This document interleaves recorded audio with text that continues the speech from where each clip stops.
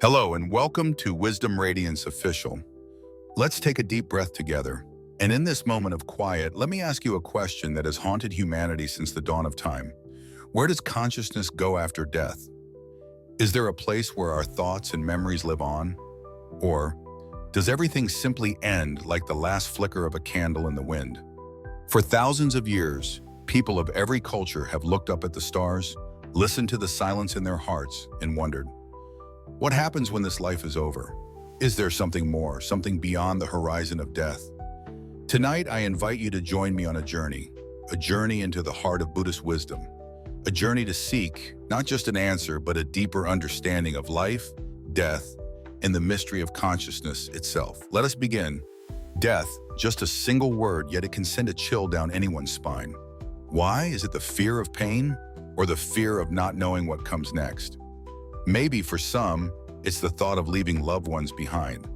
Or maybe it's the silent terror of becoming nothing at all. From the very first time a child asks, "Where did Grandpa go?" we are confronted with this mystery. Some cultures sing about death, some weep, some turn it into stories of gods and afterlives. Science tries to measure it. Doctors speak of brain waves, heartbeats, a moment when life ends. But inside each of us, there is a voice that whispers, is it really the end? Or is death a doorway, a new beginning for consciousness? Before we can talk about where consciousness goes, we must first ask, what is consciousness? Science might call it the mind, philosophy might call it the soul, but Buddhism offers something deeper.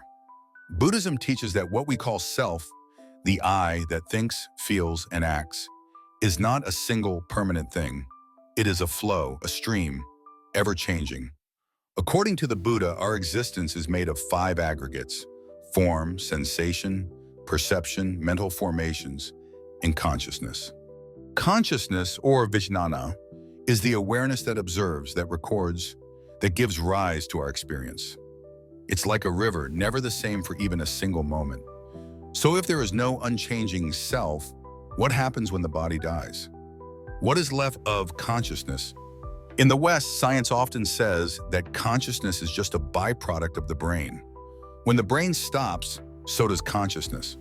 Others believe in the soul, a spark that survives death, traveling to heaven, to another world. But the Buddha's wisdom is different. Buddhism teaches anatta, non-self. No permanent soul, no eternal identity, only a stream of consciousness that continues by causes and conditions. Death is not the end. It is just another change. So what did the Buddha really say about death in the journey of consciousness? Let us travel back 2,500 years to the time when Siddhartha Gautama walked the dusty roads of India. Countless times people came to him asking the same questions we ask today. What happens after we die? Is there another world? Is there anything that survives death? The Buddha would often answer, do not waste your life worrying about what comes after death. Instead, understand the nature of your own mind. See clearly the causes of suffering and set yourself free while you are still alive. But he also spoke of the flow of consciousness. According to the Buddha, life and death are not two separate things. They are moments in the endless cycle of birth, death, and rebirth, a cycle driven by karma, by our actions, intentions, and attachments. There is no permanent soul, but there is a stream of consciousness, a continuity shaped by what we do, what we think, what we cling to. Like a flame passed from one candle to another, the light continues, but it is never the same flame. When death approaches, what happens to consciousness? In Buddhist tradition, dying is not just the moment the heart stops.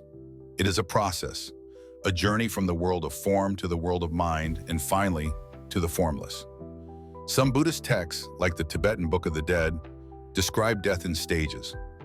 First, the physical senses fade, sight, hearing, touch, each turning inward.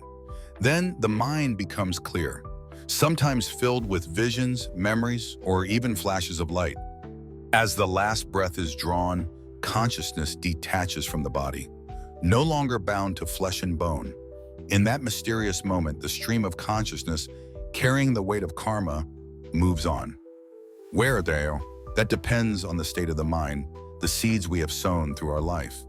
According to Buddhism, karma is the architect of our journey after death. Karma is not a judge, but a law like gravity. Every action, every thought, every intention leaves an imprint on the mind.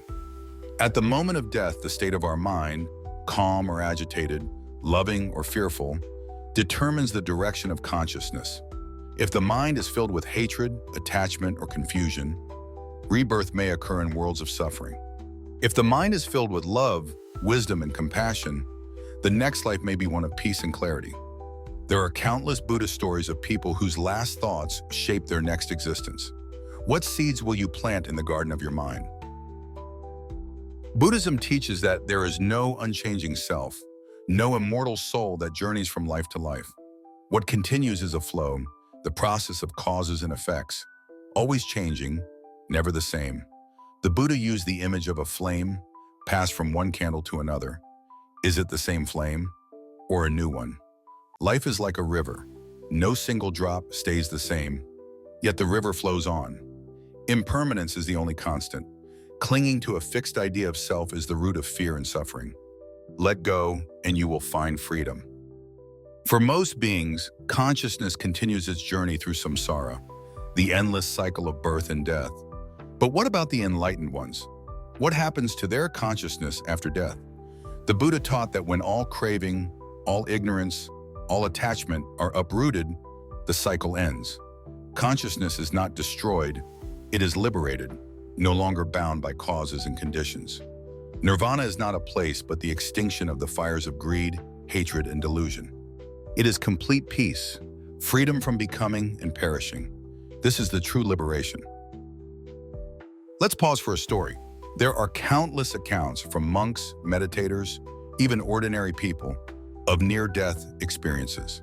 Some describe leaving their body, watching from above as doctors worked, feeling a profound peace, and then returning.